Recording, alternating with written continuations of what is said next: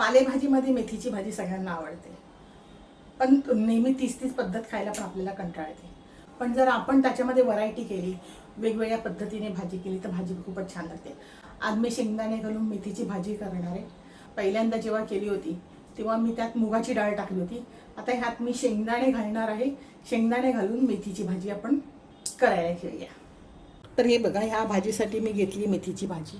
मेथीची भाजी एकजुळी आहे ही.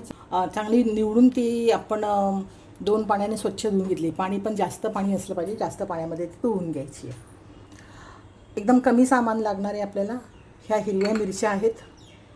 ह्या आपल्याला लागणार आहेत तिखटानुसार, तुम्हाला जसं तिखट हवं असेल तर.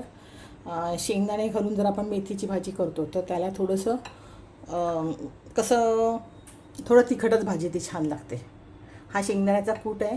शेंगदाण्याचा कूट पण कसा बनवला आहे, शेंगदाण्याचा कूट पहिला चांगला मंद आचेवरती म्हणजे मिडियम आचेवरती चांगले शेंगदाणे भाजायचे.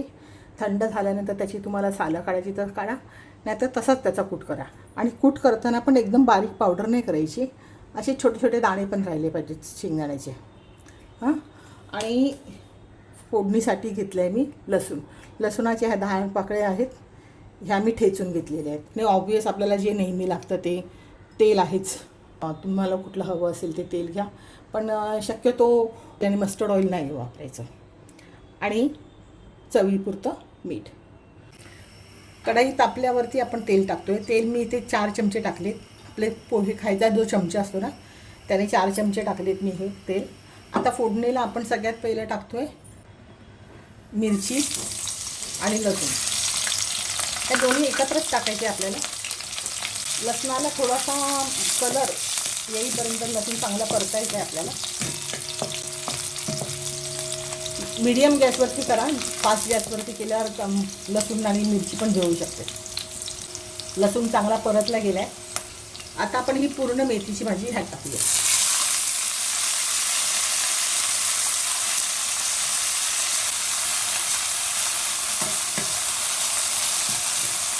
भाजी टाकल्यानंतर ती परतून घ्यायची आहे.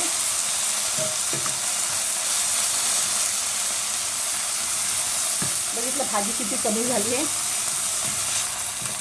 पालेभाज्या नेहमी असतील त्याच्या पण निम्म्यापेक्षा कमी होती ती भाजीची क्वांटिटी. गॅस बारीक करायचे आपल्याला आणि झाकून ठेवायची भाजी 2 मिनिटासाठी. आता झाकण काढायचे आपण.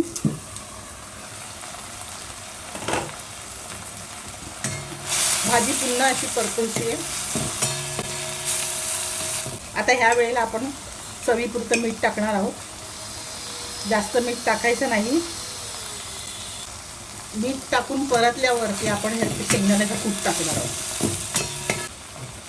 आता ह्यात टाकते शेंगदाण्याचा कूट. असे 2 चमचे भरून आपण हा शेंगदाण्याचा कूट टाकणार आहोत एकदम पूर्णपणे. भाजी हलवायची आणि आता ह्यात आपण थोडंसं पाणी घालायचं, म्हणजे अर्धी वाटी पाणी घालायचं भाजी शिजेपर्यंत.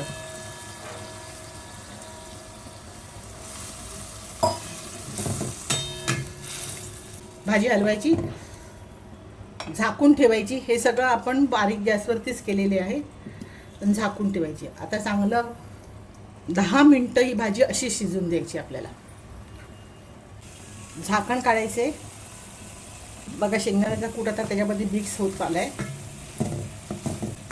आणि भाजी पण चांगली शिजलेली आहे. आता फक्त एकच काम राहिलं आहे. भाजीतलं पाणी आहे ते थोडंसं आटवायचं आहे आपल्याला. म्हणून आपण थोडंसं मीडियमवरती आता गॅस ठेवणार आहोत. झाकण ठेवणार नाही आता आपण आणि भाजी अशी सुकवणार आहोत थोडीशी. हे बघा भाजीतलं पाणी आता बऱ्याचपैकी आटलं आहे. आता आपल्याला भाजी सुकवायची नाही. ह्या स्टेजला आपण गॅस बंद करणार आहोत आणि जेवायला वाढून घेणार आहोत.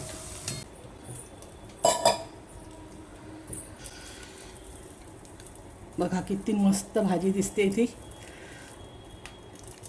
अशीच भाजी आपण गरमागरम भाकरी आणि चपाती बरोबर खायची. जास्त वेळ लावायचाच नाही.